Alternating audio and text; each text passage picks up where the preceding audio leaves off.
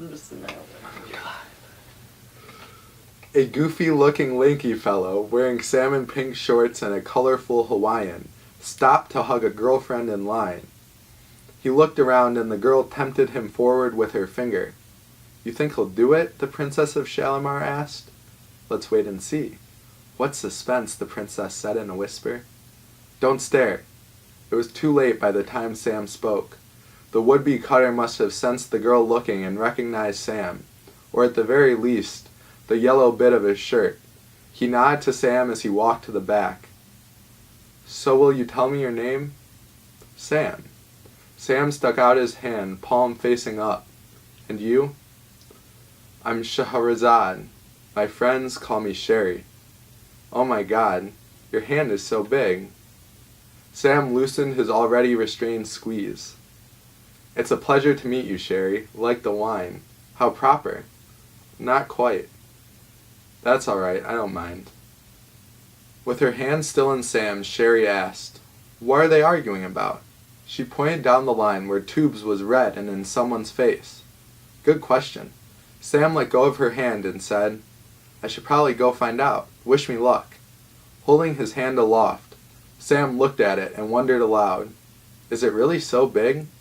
Sherry laughed and blew Sam a kiss as he walked slowly towards the conflict.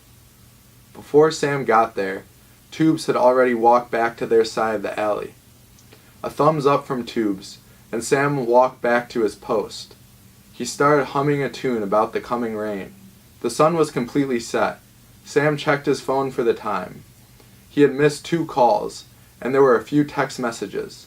Sam anticipated that they were inquiries about the line, so he blacked out the screen before he ever caught the time. The moon was hiding behind massive gray clouds. Highlighted by the moon's reflective glow, only a few cloud shapes were visible. The sky was holding together for the moment. There was nary a noticeable star. Silver flashed through the bottom of Sam's vision, and he traced it past the 5th post. A girl wearing a silver leotard with pink tights cut the line. Green ankle warmers covered the high tops of her white Nikes, and her hair was pulled into a ponytail with a silver scrunchie. Even her eyeshadow was glittering. As Sam walked up, he made hardly an effort to mask his discerning look. The silver girl was tall, and her leotard was wedged about halfway up her butt cheeks. Closer, his evidence poking through the leotard, Sam could tell she must be shivering cold. Nonetheless, he asked her to go to the back. The bunch of boys around her let out a harmonized moan. The silver girl took the leather jacket her boyfriend was wearing and draped it over herself. "Come on, bro. She's with me." Tucked into short shorts, her boyfriend was wearing a Greek basketball penny and a headband. Looking over the boy's muscular, tanned frame, along with the girl he had his arm around, Sam caught and forgave a pang of jealousy as he envisioned the shot to throw if push came to shove. "I'm sorry, man. She's gotta go to the back." Sam looked at the girl. "Will you, please?" "Kent," she said, and told Kent something Sam didn't hear. "No," Kent proclaimed. "You're not going anywhere."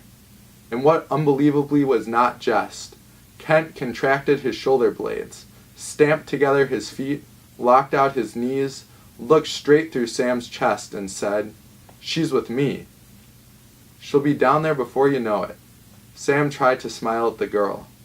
Breaking from her boyfriend's arm and floating toward the brick wall, she had backed up with her head down and stuffed her hands in her boyfriend's jacket pockets.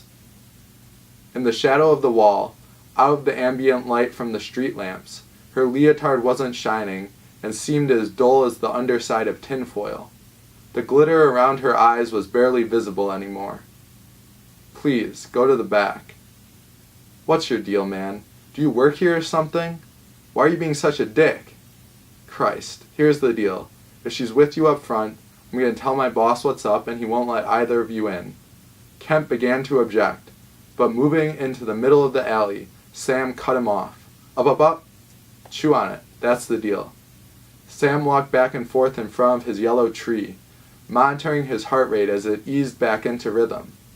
Once leaning back on the post, a gust howled down the alley, blowing hair and raising skirts. A sizzling hiss broke from the shocked line.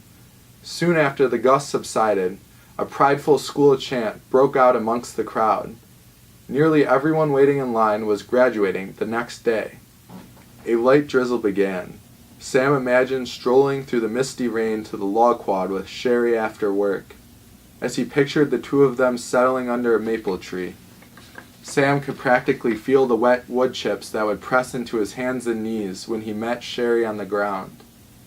Invoking the whole power of his imagination, Sam tried to call forth the smell of slick limestone pavement and dew coalescing. Sherry waved Sam over again with a small gesture. "You look so bored. I felt bad. How are you?" Sherry touched Sam's arm again. Her soft touch, along with fading intimations of the pressing wood chips, rocked Sam. Wafts of jasmine rolled from Sherry's wavy black hair.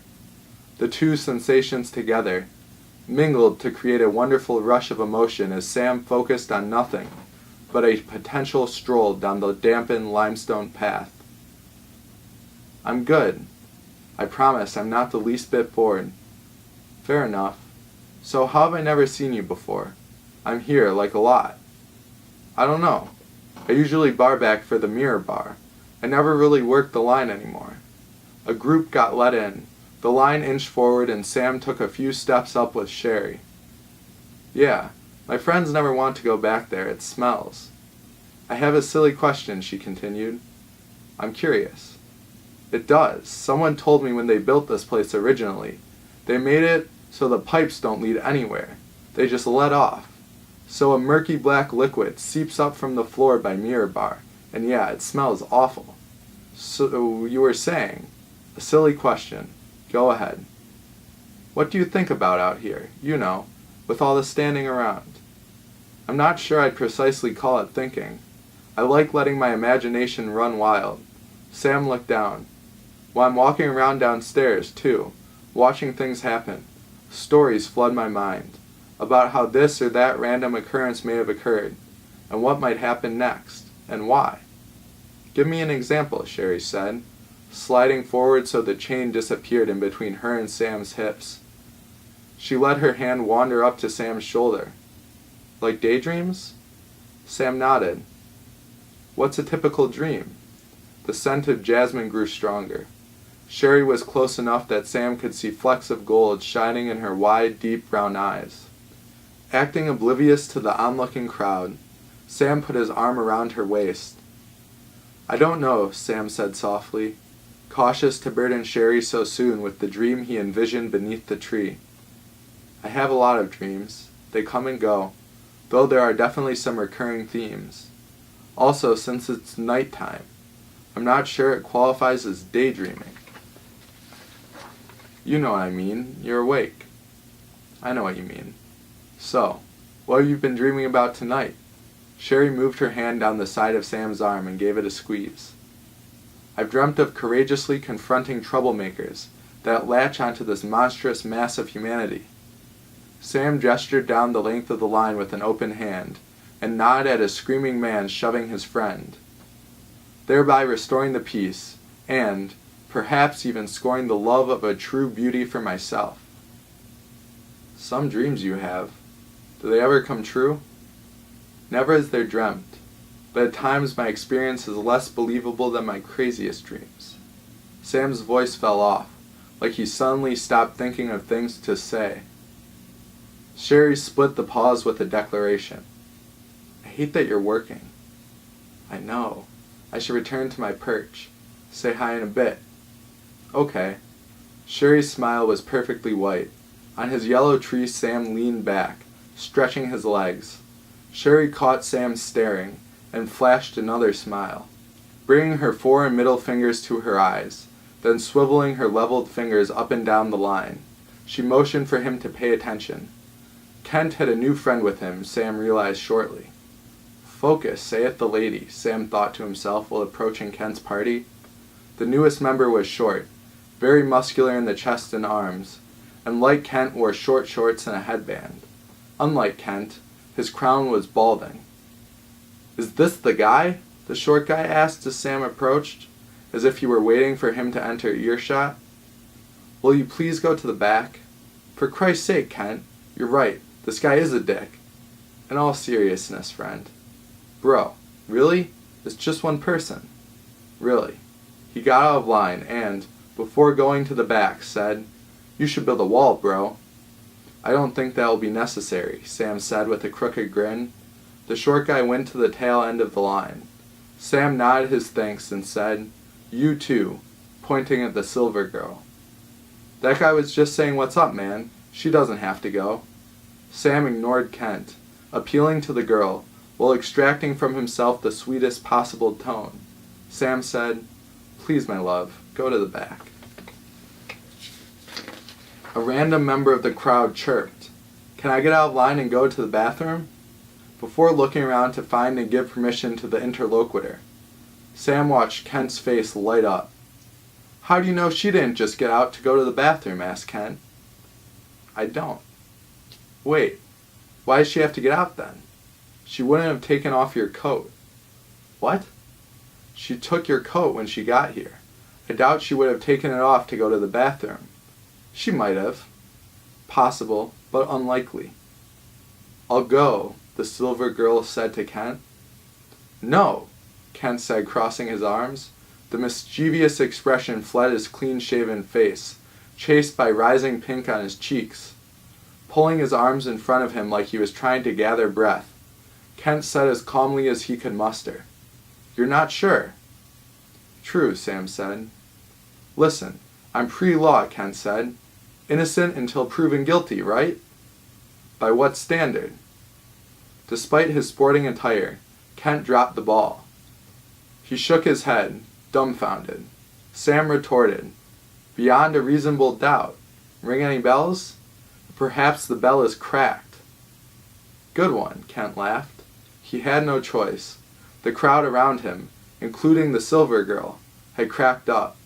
He had tried to put his arm around Sam, but Sam moved his feet and framed inside Kent's shoulder with his forearm. Kent leaned closer still and said, "Don't lie. You're just trying to impress that chick." "How am I doing?" The smile was open and wide across Sam's whole face. "Enjoying yourself?" Kent asked in a much lower, more guttural tone. "Why not?" Sam replied. With a pressing look, Kent asked, "But tell me, how do you know beyond a reasonable doubt?" "My best judgment," Sam said. The silver girl kept Kent's jacket as she sailed on towards the mass of faceless bodies at the end of the line. "Don't go," called Kent. Turning to Sam, his pupils dilated. Ejecting saliva, Kent snarled, "Motherfucker."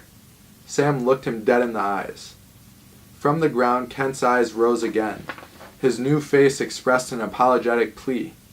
"Please, man, just say she went to the bathroom." "Are you kidding?" asked Sam. "You saw her, man. She's so hot. In this rare case her demise, she's hard to miss."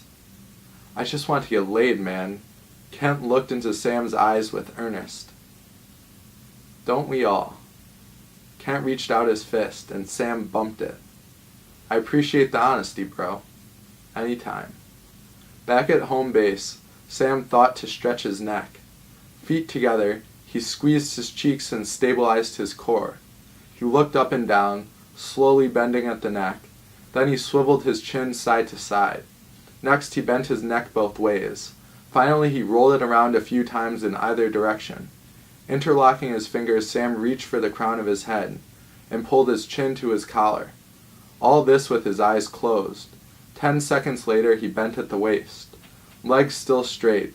After another 10 seconds he reached down to the ground and touched the wet pavement with the pads of his fingers.